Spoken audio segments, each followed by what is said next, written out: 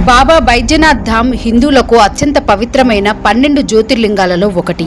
ఇక్కడ శివుడిని వైద్యుడు లేదా వైద్యనాథుడిగా పూజిస్తారు. రావణుడు తన తలలను సమర్పించి శివుడి అనుగ్రహం పొందిన పుణ్యక్షేత్రం ఇది. శ్రావణ మాసంలో లక్షలాది భక్తులు గంగా జలంతో కాన్వార్ యాత్ర నిర్వహించి ఇక్కడ పూజలు చేస్తారు. ఇది శక్తిపీఠం మరియు జ్యోతిర్లింగం కలిసి ఉన్న అరుదైన దివ్యక్షేత్రం. రావణుడు శివుడిని ప్రసన్నం చేసుకోవడానికి హిమాలయ ప్రాంతంలో తపస్సు చేస్తున్నాడు. అతను తన 9 తలలను శివుడికి నైవేద్యంగా సమర్పించాడు. అతను తన 10వ తలను బలి ఇవ్వబోతుండగా శివుడు అతని ముందు ప్రత్యక్షమై ఆ నైవేద్యంతో సంతృప్తి వ్యక్తం చేశాడు. అప్పుడు శివుడు అతనికి ఏ వరం కావాలో అని అడిగాడు. రావణుడు కామలింగాన్ని లంకా ద్వీపానికి తీసుకెళ్లాలని, అలాగే శివుడిని కైలాసం నుండి లంకకు తీసుకెళ్లాలని తన కోరికను వ్యక్తపరిచాడు. శివుడు రావణుడి అభ్యర్థనకు ఒక షరతుతో అంగీకరించాడు. ఆ లింగాన్ని మార్గమధ్యంలో ఉంచితే అది దేవతలకు శాశ్వత నివాసంగా మారి ఎప్పటికీ కదిలించబడదని ఆయన చెప్పాడు.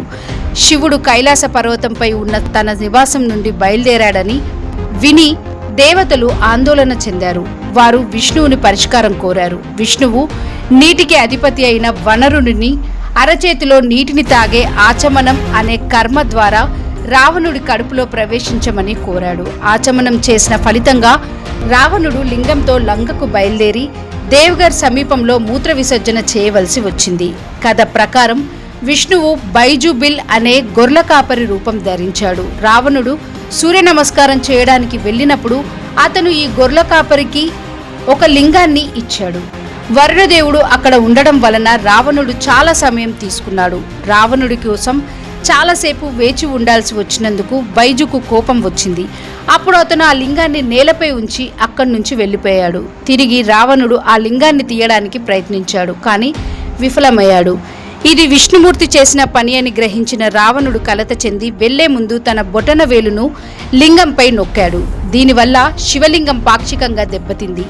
ఆ తర్వాత బ్రహ్మ, విష్ణువు మరియు ఇతర దేవతలు ఆ శివలింగాన్ని పూజించి బైద్యనాథ్ ఆలయాన్ని నిర్మించి అప్పటి నుంచి మహాదేవుడు కామనాలింగ స్వరూపంగా కొలువుదీరాడు.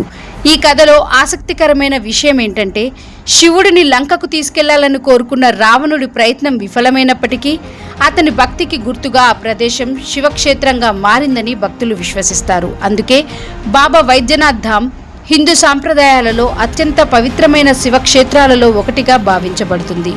రావణుడు తీవ్రమైన తపస్సులో తన శరీర భాగాలను అర్పిస్తూ శివుడిని ప్రసన్నం చేసుకున్నప్పుడు శివుడు వైద్యుడి రూపంలో వచ్చి రావణుడి గాయాలను నయం చేశాడని ఒక సాంప్రదాయం చెప్తుంది. అందుకే శివుడిని ఇక్కడ వైద్యనాథుడు, వైద్యుల నాథుడిగా పూజిస్తారని భక్తులు విశ్వసిస్తారు. అందుకే బాబా వైద్యనాథ్ ధామ్ కథలో రావణుడి భక్తి, శివుడి అనుగ్రహం, దేవతల ప్రయత్నం, శివలింగం దేవగర్లో స్థిరపడడం ఇవన్నీ కలిసి ఒక ప్రత్యేకమైన స్థల పురాణంగా నిలిచాయి.